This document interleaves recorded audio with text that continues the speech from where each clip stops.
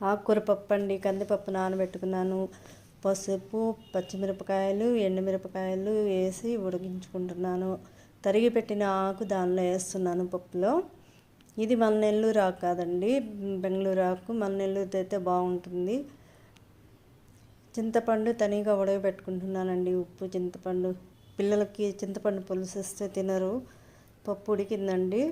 ఈ చింతపండు గుజ్జు బాగా పేస్ట్ చేసుకొని పప్పులో కలుపుకునేదేనండి.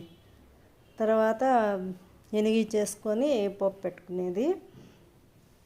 బాండట్లో ఆయిల్ తీసుకొని ఆవాలు, జీలకర్ర, మెంతులు, కరివేపాకు, ఎర్రగడ్డలు వేసి వేయించుకోవాలి తిరగమాత వేగిన తర్వాత ఈ ఉడికిన పప్పుని ఆ తిరగమాతలో వేసి కలుపుకునేదానండి. ఇంతే, సింపుల్గా అయిపోతుంది, టేస్టీగా బాగుంటుంది. మీరు ట్రై చేయండి ఫ్రెండ్స్. నా వీడియోలు నచ్చితే